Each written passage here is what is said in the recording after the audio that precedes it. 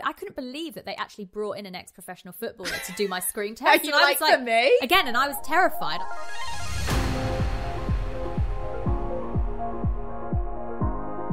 Hey, how are you? And welcome to Outside the Box. Now, this is a brand new podcast all about women in sport. My name is Becky Ives. I'm a TV presenter working in football. And let me just tell you, the idea for this podcast actually came from my social media feeds. I was getting so many questions through on Instagram and Twitter. And they were sort of saying, yeah, but how are you doing what you're doing now? Oh, I'd love to work in sport, but I just don't know where to start. So I noticed what you were saying. I thought about it. And you know what? The easiest way for me to answer this question, as a person, I'm always someone that doesn't do things by halves. I thought I'm going to make an entire podcast series about that question. So here we are. Fingers crossed this goes well. We know that women in sport is on the rise. So in this series, we are going to be hanging out with mainly women, not exclusively, but mainly women across a whole load of different job roles, from TV directors and referees to social media content creators and football agents. So yeah, the plan here, we are going to share stories. We're going to offer some help and advice on how to get started, perhaps on the career path. We're going to play some games for good measure, because why not? We love a game. And just be super nosy finding out how my guests have got to where they are today. Because ultimately, I think the ultimate goal with all of this is that we'd love to see more women in sport. So if I can give you any sort of insight, then I am on board. I'm here for that. And I think I can say the same about my first guest today. Can I, Jules Breach? Maybe. Thank you for having me, though. It's good to be here and good to be involved and be the first guest. I know. How exciting. I know. You're setting the bar here. I hope you know. Pressure's on. But no, look, it's so great to have you on because we're going to start with a subject that we both know much about, TV presenting. I mean, you must get questions all the time about, oh my God, your job's really cool. How do you do that? And it's such an open-ended question, really, isn't it? Yeah, hearing you just say about how many times people drop you a message or ask you a question about, how did you get into that? Where do you start? How? Why? When did you decide you wanted to do it? And sort of the pathway. And the real answer in a nutshell is there's no right or wrong answer. So that's the beauty of what you're doing, Bex, because every single person you speak to will tell you a different answer and they'll have a different story. And hopefully that just inspires everyone and encourages them to take that kind of leap, because it was a leap for everyone at some stage to kind of decide that they wanted to do this and take on that challenge. And everyone has different ways that they got to where they are now. So hopefully I can share some inspiring stories. Let's just start. You've been working in football now. Is this your 5th season? Yeah, this is my 5th football season now, full time. Yeah. And that's the key word there, full time. This is the 5th season that everybody has seen you fronting incredible shows. Like, I mean, not to list off your CV because that's just embarrassing, but like BT Sports Score, Premier League Productions, Opta Sport and Champions League. You work across a whole range of shows, across a whole range of leagues, not just Premier League. You do another podcast, Football Ramble, as well, which are all incredible things, which you've now done over the last 5 years. So from the outside looking in, it's like, oh, Jules has just popped up overnight and now she's doing all these shows. So it's 5 years that people have seen.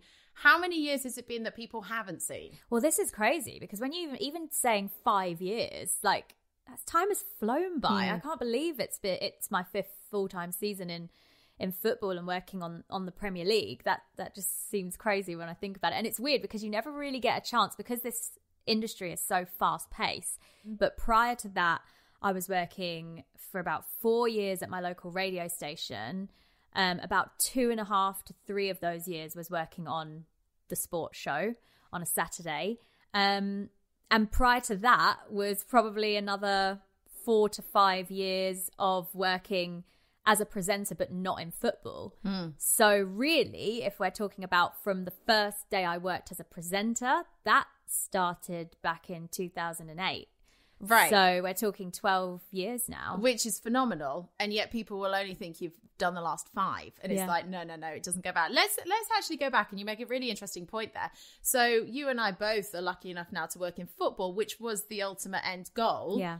neither of us have worked in football from the beginning. And sometimes you've got to take this path that takes you in various directions, keep a focus of where you want to end up, but you've got to go explore, do different stuff to gain the experience, the knowledge to be able to then end up where you've got to end up. You don't always just go straight into what you perceive to be your dream job straight away. You've got to find a way to it. So let's go back. Did you always want to work in football? Yes. And I think that if I had the choice, I would have done it from the first day. But things don't really work out like that. Growing up, I've always been a huge sports fan anyway, and I played tennis competitively until I was 16.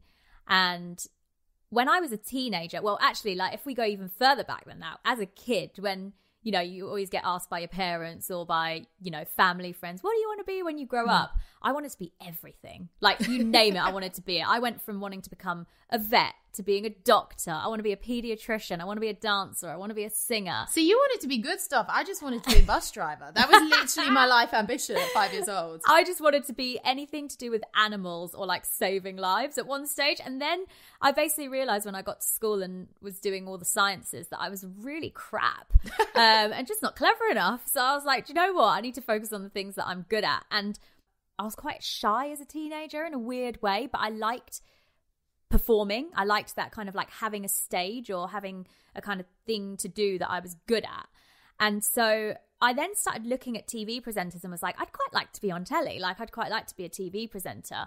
And so to marry up the two things and present football or present sport, tennis or any kind of sport of any kind, then became a thing that I was like, I dreamt of, but still at that young age, never really knew or thought I would be able to do it. And it wasn't until I was at university that you start to really think about your career at that point, don't you? And I was studying media at uni. And so we had to do a lot of stuff in front of camera, behind camera, learn about everything behind the scenes of how you make a TV show. It was then that I kind of thought, you know what, I want to give this a go, being in front of the camera. And it just went from there, really. But what I was looking at on TV in terms of sports presenters was hugely male dominated. There was no female sports presenter. And I can still say it to this day that looking back at when I was 18, 19 at uni, there was not a single female sports presenter that I looked at and thought I could identify with.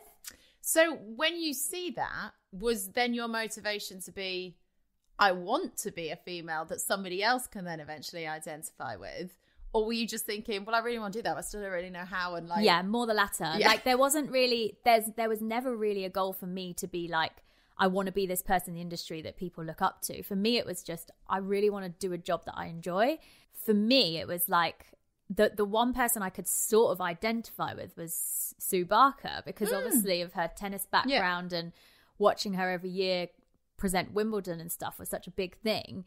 But in football, there wasn't really many females back then. And we're talking obviously like nearly 15 years ago now. And so it took quite a long time for me to kind of figure out how to get into it. And the one thing that really stuck with me was they're all a lot older than me. So when I was like finishing university at 21, I felt way too young to start applying for jobs in football because I felt like it seemed so much more grown up. When the reality of it was, if I started trying to get a career in football when I was 21, I may have got to this point sooner. I might not have done, but... So when you got to that point of being 21, what was the next step? So you've just done this media degree. Yeah. Perfect. And you're thinking, I really want to get into sport. Where do I go? What do I do? What did you do? Well, as I said, I kind of didn't really have any clue how to get into football. So I decided to just try the TV presenting route down another angle. I thought that maybe I needed to go into entertainment or music or children's TV. And so I just started looking for opportunities, and I did a presenting competition for T4, which doesn't exist anymore. Shows our age that a bit, makes you Bex, feel old, doesn't doesn't it? Oh my God. And I got down to the last 10 girls in the UK in that competition. And one of the girls I met doing that was working at a shopping channel. And she was like, what are you going to do when you graduate? And I was like, I don't know. But now I've done this competition, and getting to the last 10 was a real confidence boost for me, because up till that point, obviously I'd never presented before. I didn't know if I was any good, but that gave me a bit of a boost to go, okay, well, you must be all right to get to the last 10. There must be something there. So maybe I should give this a serious go. And so my friend who I met doing that competition, who I made friends with, she was working at a shopping channel as a presenter. And she said, when you graduate, just give me a buzz. I'll see if there's any jobs going. And I was like, as if this is ever going to happen. And it did, basically. One thing led to another. And I got an audition there by the September. And I'd graduated in the July. By September, I auditioned. By October, I was working on live TV on a shopping channel. Looking back now, I worked there for 4.5 to 5 years. I was full-time there for about 3. Was the best training ground for someone like me who had never ever worked in TV before. Yeah, because it got you in a studio, it got you auto cue, I presume. No auto cue, but listening to talkbacks. Yeah. So having an earpiece in, being able to take direction from the gallery as well as speak at the same time, and just the basics that you need to work in telly, and just learning. The more confident I got at that, the more I was starting to apply for freelance jobs outside of the shopping channel. And again, like, still wasn't getting anywhere with the football stuff. I was writing to every single TV executive you can think of. I was just, it was harder then as well, because nowadays it's a lot easier to find people on social media. Yeah. It was still not a thing where you could just reach out and speak to someone on Twitter or Instagram. It was very much more you find an email address and you email them and you wait ages for a response. And how many no's did you get?